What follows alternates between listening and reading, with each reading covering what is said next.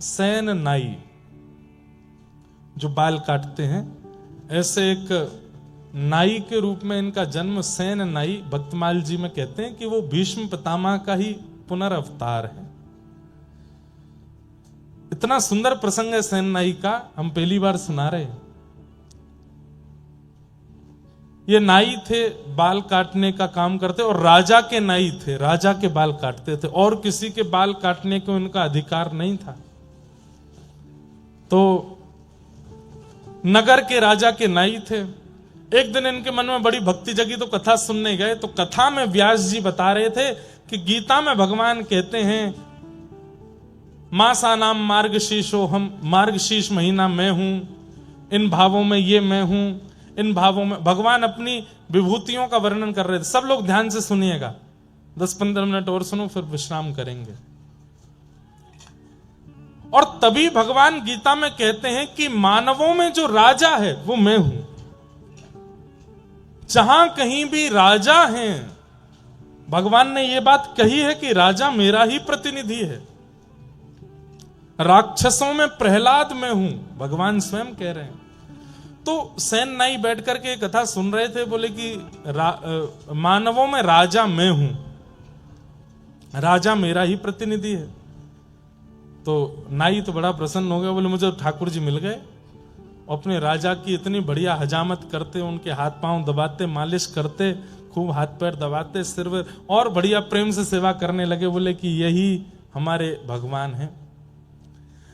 अब तो वो राजा के हफ्ता में 1-2 बार जाके हजामत करते, और उसके बाद कभी समय मिलता तो कथा सुनते। एक बार कथा में व्यास जी ने बोला कि बिन गुरु के हुए ठाकुर जी प्राप्त नहीं होते। तो सैन नाई जी के मन में आया कि अब मैं गुरु कहां से खोजूं। तब किसी ने इनको बताया, बोले काशी में विराजमान है श्री रामानंदाचार्य जी महाराज, आप उनकी शरण में चले जाओ, वो बहुत अच्छे गुरु मिलेंगे। और श्री सैन जी काशी चले गए। काशी में जाकर के रामानंदाचार्य जी से दीक्षा लेने का खूब प्रयास किया, लेकिन रामानंदाचार्य जी ने दीक्षा किसी कारण से नहीं दी, व्यस्तता के कारण, साधना के कारण। एक बार एक संत इनके पास हजामत कराने आए अपनी, तो ये उनके केश काट रहे थे, मतलब मुंडा कर रहे थे, बिल्कुल सारे बाल उड़ा रहे थे। शिखा छोड़ दी तो संत विरक्त थे, उन्होंने कही शिखा भी काट दो। उन्होंने कही अरे आप कैसी बात कर रहे हैं, मैं शिखा नहीं काटूंगा, ये तो बहुत बड़ा पाप है। बोले अरे मैं विरक्त हूं, विरक्त शिखा सूत्र नहीं रखते। सैन नाई जी बोले आप जो कहेंगे सब स्वीकार है, पर शिखा नहीं काटूंगा। तो बोले भैया काटनी पड़ती है, हम विरक्त हैं, हम शिखा नहीं रखते। तब अंत में सैन नाई जी ने कहा आप बहुत बड़े संत हैं, बहुत बड़े महात्मा हैं, रामानंदाचार्य जी से बुलवा दीजिए कि शिखा काट सकते हैं तो मैं काट दूंगा। सैन नाई जी ने बड़ी युक्ति समझी कि भाई इसी से गुरु सन्निधि भी मिल जाएगी और इनकी शिखा भी काट देंगे। संत लेकर के रामानंदाचार्य जी के पास गए। तो रामानंदाचार्य जी को ये बात बड़ी अच्छी लगी कि इन्होंने लाख कहने पर भी शिखा काटी नहीं, कितना इनका भाव है। और वो सब भाव देख करके, प्रेम देख करके रामानंदाचार्य जी ने फिर समझा करके जो भी भाव था वो कराया। सैन नाई जी की इस निष्ठा को देख करके उन्होंने दीक्षा प्रदान की, तिलक दिया, नाम दिया, मंत्र दिया। सैन नाई जी बोले आज्ञा करें। बोले आज्ञा यही है, वापस अपने गांव जाओ और वहीं रह के भजन करो। सैन और संत जन जब भी गांव में आवे, सब काम छोड़ करके उनकी सेवा करना, ये हमारी आज्ञा है। जो मंत्र दिया है इसका जाप करो, संतों की सेवा करो। सैन नाई जी लौट करके अपने गांव आ गए। राजा ने इनको बुलवाया कि कल हमको एक दूसरे राजा से मिलने के लिए जाना है, सुबह आकर के हमारी हजामत कर दो, मालिश वालिश कर दो, उसके बाद हम स्नान करेंगे फिर जाएंगे। रात्रि में सब व्यवस्था करके सैन नाई जी सोए। सुबह उठे तो क्या देखा, कीर्तन की ध्वनि आ रही है। और तभी देखे कि अयोध्या से कुछ संतों की जमात दर्शन करने के लिए जगन्नाथपुरी जा रही है और मार्ग में इनके गांव में होके निकल रहे हैं। तभी गुरु आज्ञा स्मरण में आई कि 100 काम छोड़ के संतों की सेवा करना। सैन नाई जी काम छोड़ा नहीं, भूल गए कि राजा के यहां जाना है। संतों को प्रणाम किया, वो कहा हमारे घर चलें, आप सबकी मैं सेवा करूं। संतों के चरण धो रहे हैं, उनको सुंदर वस्त्र अर्पण कर रहे हैं, पत्नी के साथ बैठ के खूब सुंदर उनको प्रसाद पवा रहे हैं। और प्रसाद पाने के बाद संतों से निवेदन किया आप कुछ सत्संग कीर्तन हो जाए। उनमें से एक श्रेष्ठ संत प्रवर, उन्होंने प्रवचन किया, सुंदर कथा सुनाई, सब भावुक हो गए और कीर्तन प्रारंभ हुआ। नाचने लगे सेन नाई और पत्नी, सब बिल्कुल निमग्न होकर के भजन में नृत्य कर रहे हैं, नेत्रों से अश्रु प्रवाह हो रहा है, राम जी का स्मरण कर रहे हैं, गुरुदेव की याद कर रहे हैं। और यहां राजा प्रतीक्षा में बैठा है, मुझे दूसरे राजा से मिलने जाना है। सेन नाई हमेशा समय से पहले आ जाता है, मैं नीचे आके बैठ गया, अभी तक आया नहीं। राजा ने तुरंत कहा मेरी तलवार कहां है, लेकर के आओ उसको, और इस सेन को तो मैं जाकर के देखूंगा। तलवार लेकर के आए, घिसने लगे उसको, घोड़ा बुलाओ मेरा, कहां है सेन नाई का घर, उसके घर चलना है। इतने में ही देखा कि सामने से दौड़ते हुए सेन नाई आ रहे हैं, अपनी पगड़ी संभाल रहे हैं, कभी हजामत का डिब्बा संभाल रहे हैं, कभी धोती संभाल रहे हैं, और दौड़ते दौड़ते आए। अरे महाराज महाराज महाराज महाराज, मैं आ गया। तो कहां रह गए इतनी देर? बोले महाराज क्षमा करते हैं, बहुत बहुत विलंब हो गया। बोले नहीं नहीं नहीं, दंड तो तुमको मिलेगा। भगवान भगवान क्षमा कीजिए, आप बैठिए ना, मैं जल्दी कर देता हूं, आपको विलंब हो रहा है। राजा बैठ गए, खूब सुंदर हजामत करी, खूब दाढ़ी वाड़ी सब करके, केश वेश। राजा क्रोध में तो था ही।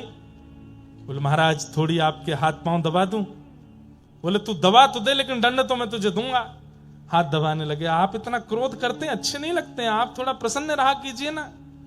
हाथ पैर दबाते दबाते बोले आप थोड़े श्रमित हो तो मैं आपकी थोड़ी उंगलियां चटका दूं? बोले चटका तो दे, लेकिन दंड तो तुझे दूंगा। उंगलियां चटका दी, हाथ पैर। बोले आप कहो तो महाराज आपकी नेक थोड़ी कमर चटका दूं? बोले उससे कुछ दिक्कत तो नहीं है, वो कुछ नहीं होगा। लेकर के अपने कंधा पर जोर से झटका दिया, कमर ऐसी खुली महाराज, राजा बड़ा हल्का हो गया। बोले सेन तो इतने दिन से आ रहा है सेवा करने, लेकिन आज तेरी सेवा बड़ी अद्भुत लग रही है, लेकिन मैं दंड तो तुझे दूंगा। अरे विराजिए ना आप, थोड़ी आपकी कंधे की मालिश कर दूं। ऐसे ठाकुर जी यहां पर सुंदर कंधा दबाने लगे। थोड़ा गर्दन अपनी टेढ़ी कर लीजिए, टेढ़ी करके गर्दन थोड़ा इधर कुछ करने लगे तो वहां एक तेल का पात्र रखा था और तेल में प्रतिबिंब दिखाई देता है। जैसे तेल की ओर राजा देखने लगे, वो देख नहीं रहे थे, बस मुख इधर किया तो दिख रहा था। जैसे देखने लगे, सेन नाई ने जैसे ही अपना मुख इधर किया तो प्रतिबिंब में क्या दिखा? मोर मुकुट, कटाक्ष नेत्र, नाक में सुंदर नत बेसर, ऐसी मधुर मधुर मुस्कान। पीछे मुड़कर के देखें तो सेन नाई और प्रतिबिंब में देखें तो ठाकुर जी। राजा बोला ये मेरी आंखों का भ्रम है कि क्या है, पता नहीं हो क्या रहा है। नेत्र बंद करके अनुभव करे तो हाथों का स्पर्श इतनी बार राजा ने किया, लेकिन आज जैसा स्पर्श नहीं था। राजा सोचने लगे कहीं ऐसा तो नहीं है सच में ये ठाकुर जी ही हो। और बस ऐसा कहकर के राजा ने जैसे ही नेत्र खोले तो सैनिक जन खड़े थे। बोले वो सेन कहां गया?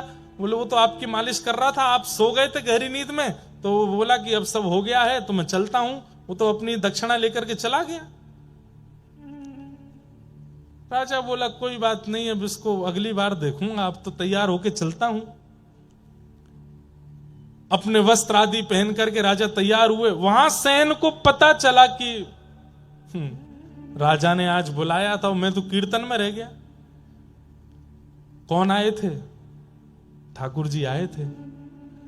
ठाकुर जी भैया हमने बहुत रूपन में देखे, कभी ठाकुर जी नरसिंह भगत बन करके भी गए हैं। ठाकुर जी एक जगह सक्कूबाई बन के पिटाई करवाने गए अपनी, वो एक दिन वो भी कथा सुनाऊंगा। लेकिन नाई बन करके पहली बार गए ठाकुर जी, अपने हाथ से हजामत करके आए, बाल बाल काट के आए राजा के, और मालिश करके आए, हड्डी वड्डी चटकाए आए उसकी। या सेन नाई को जैसे याद आया, संतों को प्रणाम किया, अरे भगवान भगवान आप लोग विराजो, मैं एक काम करके आता हूं। तुरंत अपना डिब्बा लेके वही पाग वाग संभालते हुए दौड़ते हुए गए तो राजा तैयार होके बिल्कुल बाहर आ गए थे। सेन ने आकर के जैसे ही राजा को देखा हजामत हुई है, केश वेश सब बिल्कुल बढ़िया है, बिल्कुल राजा तो बढ़िया तैयार है, केश वेशों में तेल लगा है। सेन ने आकर के कहा, पूरे गांव में क्या, दूर दूर तक शहरों में भी कोई और ऐसा व्यक्ति नहीं जो मेरे अलावा राजा को स्पर्श कर सके। ये मेरी अनुपस्थिति में कौन करके गया? सेन को आता देख राजा बोले, और भाई सेन, कुछ भूल गए थे क्या? कुछ भूल गए हो, लेने आए हो? सेन बोले, भूला तो कुछ नहीं। कुछ नहीं भूले तो फिर क्यों आए हो? आपने कल बुलवाया था मुझे। अरे तो कितनी बार आओगे? सुबह आके तुम सब करके तो गए, अब क्यों आए हो दोबारा? सेन बोला, मैं नहीं आया था, मेरे घर तो संत जन आए हुए थे, मैं उनकी सेवा में लगा था, कीर्तन कथा चल रही थी मेरे घर में, तो मुझे देरी हो गई तो मैं दौड़ा दौड़ा आया कि आपकी हजामत करूं। सैनिक जन बोले, अरे तू क्या पागल हो गया, भांग वांग खा के आया है क्या? तू तो आके गया, यहां पे सब करके गया है, हमने तुझे दक्षिणा भी दी थी। और बोले, हर बार तो तू इतने 10 सोने की मोहर लेके जाता था, आज बड़ी तुझे कंजूसी चढ़ी थी, बार बार कहते एक और दे दो, थोड़ा सा और दे दो, कहां लेके जाओगे इतना, और दे दो। आज 20 सोने की मोहर लेकर के गया था। मैं नहीं आया हूं, मुझ पे नहीं है कुछ भी। राजा बोला, झूठ बोलते हो। अरे वो संतों की जमात निकल रही है, मैं उनको बुलाता हूं। संतों की जमात बुलाई गई। बोले, कहां था ये? बोले, तो हमारे साथ थे, सुबह से सेवा पूजा भजन में लगे थे, बस ये बात हुई, यहां सेन के आंसू छूटे, वहां राजा के आंसू छूटे। सेन ने कहा, सत्य में मैं था? बोले, बिल्कुल तुम जैसा ही था, लेकिन आज मैं तब कह रहा था कि स्पर्श इतना अद्भुत क्यों है।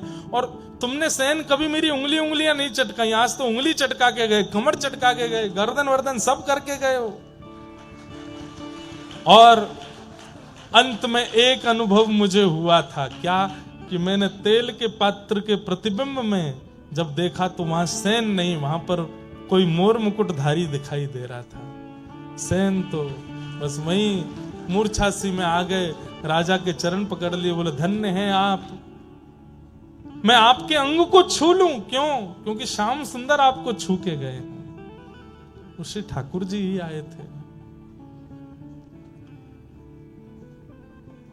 राजा ने तुरंत सेन को उठाया, राजा दंडवत हो गए, बोले कि महाराज, अब आज से आपको मेरी हजामत नहीं करनी, आज से आपको ये सब क्रिया नहीं करनी है, तो आज से आप मेरे राजगुरु हैं। जिनकी कृपा से ठाकुर जी मेरे भवन में आ गए, जिनकी कृपा से ठाकुर जी का स्पर्श मुझे मिल गया, ऐसे आप नाई नहीं रह सकते, आप तो मेरे गुरु हैं। और उस दिन से सेन जी गुरु के रूप में प्रतिष्ठित हो गए। बहुत अच्छा चरित्र है सेन जी का। ये भीष्म पितामह के ही कलयुग में अवतार हुए श्री सेन जी महाराज। ऐसे भीष्म पितामह की स्तुति अति अद्भुत है।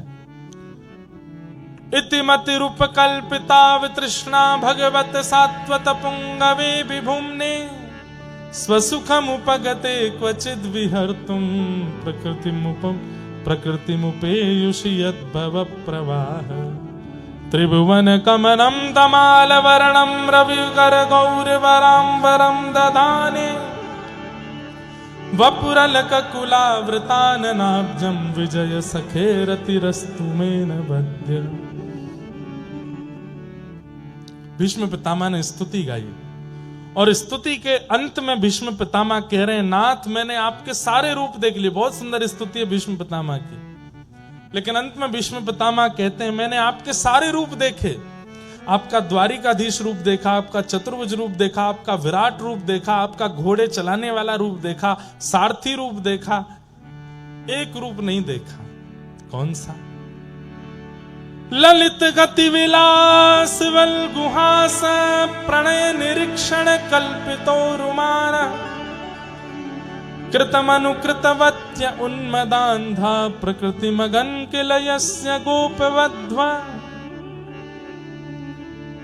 जो टेढ़ी सी चाल आप ब्रजमंडल में चलते हो, जिन नेत्रों से, जिन चाल से आप ब्रज की वनिताओं के, ब्रजवासियों के चित्त का हरण करते हुए चलते हो, आपकी टेढ़ी सी पाग पर लटकने वाली वो मोती आपके गालों से स्पर्श करते रहते हैं, कटाक्ष नेत्रों से कभी इधर देखते हुए चलते हो, कोई अस्त्र शस्त्र आपके पास नहीं है, केवल वेणु वाद्य करते हुए आप चलते हो, एक चरण इधर दूसरा चरण इधर, ऐसी त्रिभंग लली करके हुए त्रिभंगी चाल जो आप चलते हो, कमर आपकी ऐसी मटकती रहती है, कभी किसी गोपी के यहाँ माखन चुराते हो, कभी किसी गैया के साथ लीला करते हो, कभी श्री किशोरी जी के साथ गिरिराज पर्वत पर कोई अनुभव करते हो। मुझे वो रूप आपका देखना है नाथ, मुझे व्रज का वह रूप आपका देखना है, वो दर्शन करना है।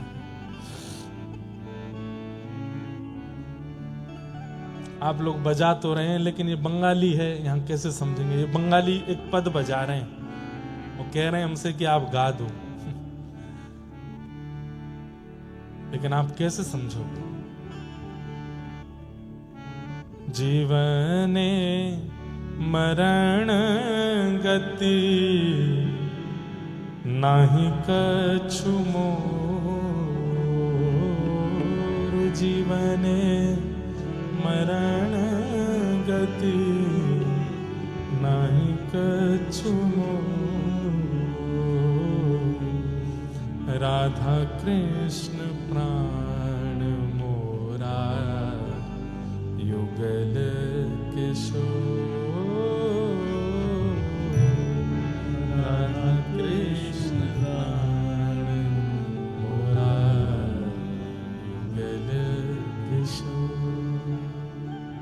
अरे मुझे वह दर्शन करना है जो व्रज का आपका स्वरूप है नाथ।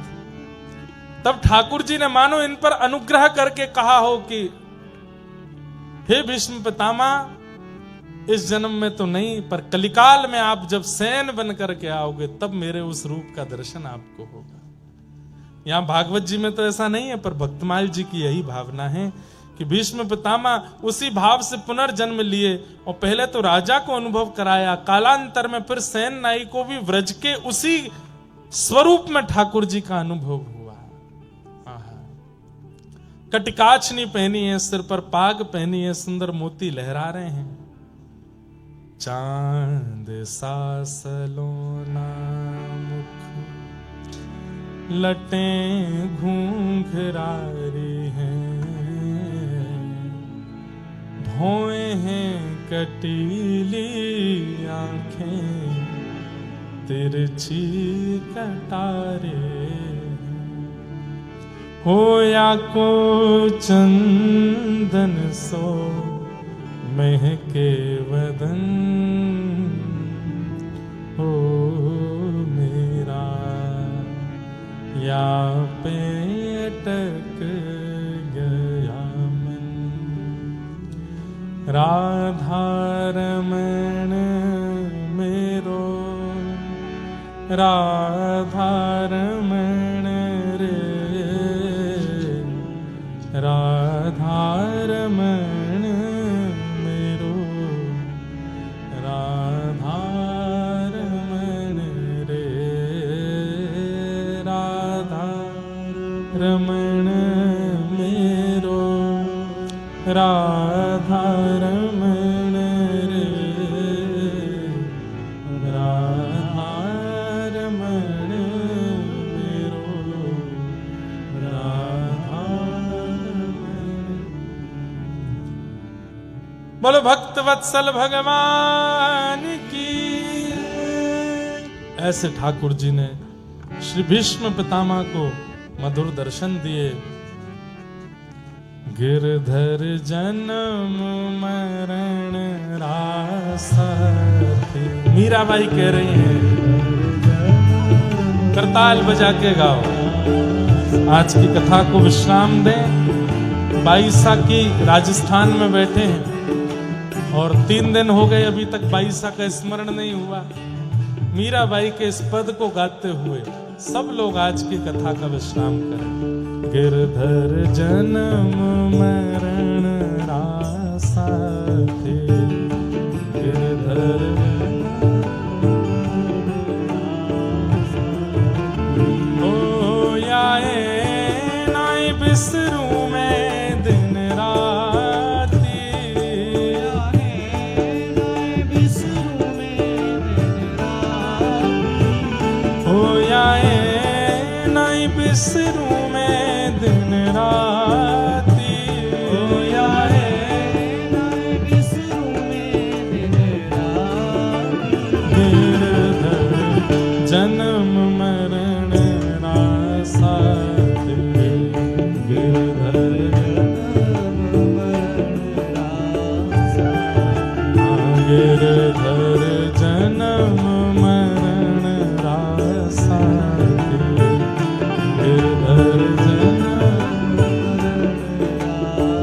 बोल गिरधर गोपाल की।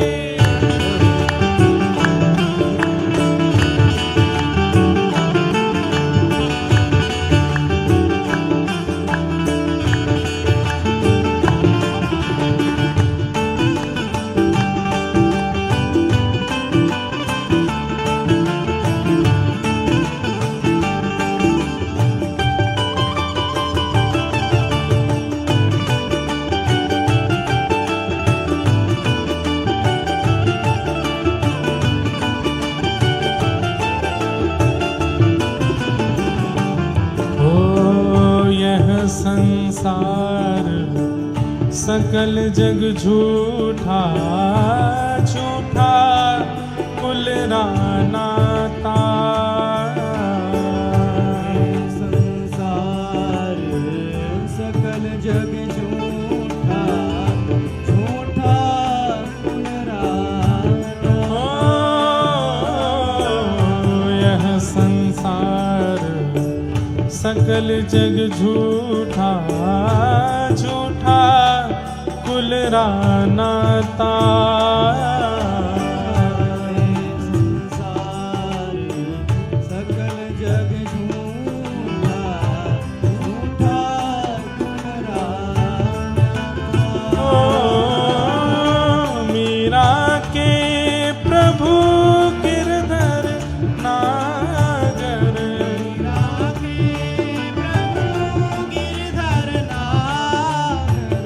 मीरा के प्रभु नटवर नागर, मीरा के प्रभु नटवर नागर। हरि चरणा चितराच गिरधर, जन्म मरण रासा थे। गिरधर जन्म मरण रासा, ओ गिरधर जन्म मरण रासा थे। गिरधर जन्म मरण रासा थे। ओ आए नाई बिसरू मैं दिन राती, ओ आए बिसरू में दिन राती। आए नाई बिसरू मैं दिन राती। ओ आए बिसरू में दिन राती। गिरधर जन्म मरण रासा थे। गिरधर जन्म मरण रासा। गोविंद मेरो है, गोपाल मेरो है। गोविंद मेरो है, गोपाल मेरो है। हे गोविंद मेरो है, गोपाल मेरो है। गोविंद मेरो है, गोपाल मेरो है। राधा रमण बिहारी लाल मेरो है। राधा रमण बिहारी नंदलाल मेरो है। हे प्यारो गिरी